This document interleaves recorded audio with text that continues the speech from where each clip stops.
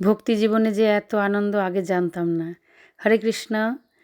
আশা করি আপনারা সকলে ভালো আছেন। আমার একটা ছোট্ট ভিডিওতে আপনাদের সকলকে স্বাগত। আজ আমরা বেরিয়ে পড়েছি এক অনুষ্ঠানে। রানাঘাট থেকে ট্রেন ধরেছি, দিয়ে আকাইপুর যাব। আমাদের প্রোগ্রামটা আকাইপুরের এক ভক্তের বাড়িতে। আজ ওনার বাড়িতে গৃহপ্রবেশের অনুষ্ঠান উপলক্ষে সব ভক্তদের সব সেবার আয়োজন করেছে এবং অনুষ্ঠান হচ্ছে খুব সুন্দর প্যান্ডেল ট্যান্ডেল করে, এত সুন্দর অনুষ্ঠান হচ্ছে। বাইরে থেকে সব ভক্তরা এসছে নানান জায়গা থেকে। আমরা বাতকুলা থেকে 3 জনে গেছি। এখানে অলরেডি প্রোগ্রাম শুরু হয়ে গেছে, আপনারাও শ্রবণ করুন, দর্শন করুন। পুরো অনুষ্ঠানটা আপনাদেরকে দেখানোর চেষ্টা করব।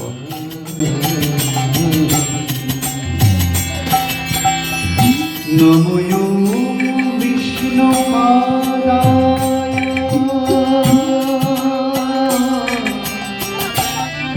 কৃষ্ণ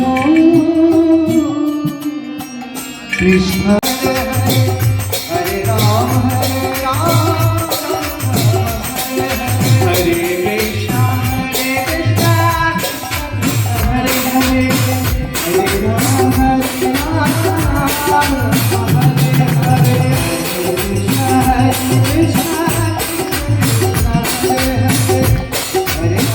হরে রাম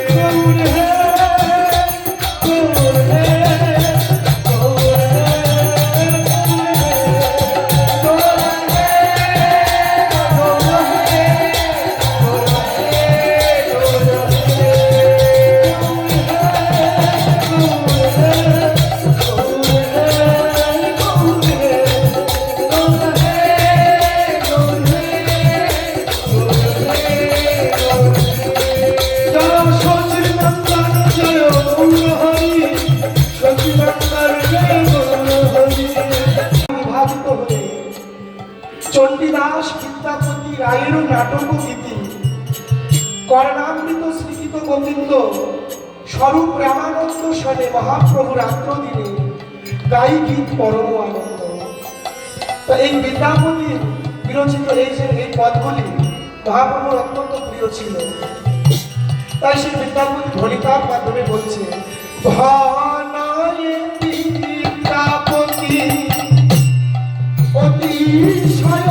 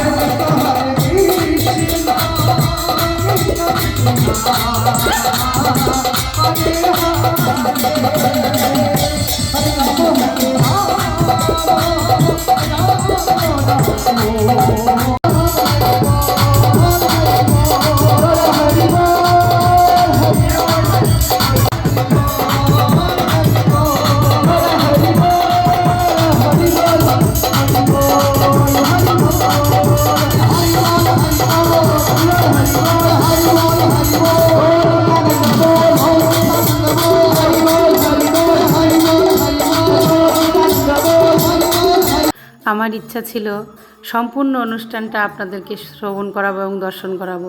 আপনারা মুগ্ধ হয়ে যাবেন, এত সুন্দর সুন্দর ভজন কীর্তন হয়েছে, মনে হচ্ছে যেন মা বন্ধই না হয়, যেন চলতেই থাকে। মানে খিদে ঘুম ভুলে যাবে, এত সুন্দর ভজন হয়েছে। যে অশোকনগর থেকে যে প্রভুজি এসেছিলেন, যেমন বাতকুল্লা থেকে যে প্রভুজি আমাদেরকে নিয়ে গেছেন, ওনাদের ভজন শুনলে পরে মানে প্রাণ জুড়িয়ে যায়। এত সুন্দর কীর্তন করেছেন, ওনাদের কণ্ঠে যেন ভগবান মা সরস্বতী বিরাজ করছেন, একদম অসাধারণ।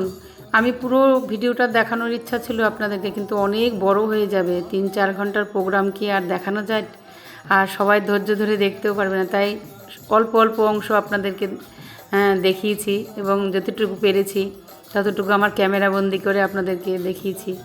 যেহেতু আপনারা দর্শন করতে পারেননি, অনেকেই আছেন ওই অনুষ্ঠানটা দর্শন করেননি, আমি ওই অনুষ্ঠানটায় অংশগ্রহণ করতে পেরে নিজেকে ধন্য মনে হচ্ছে। তারপরে প্রোগ্রাম শেষে আমরা এখানে প্রসাদ পেলাম, প্রসাদ পেয়ে তারপরে আবার স্টেশনে চলে এসেছি।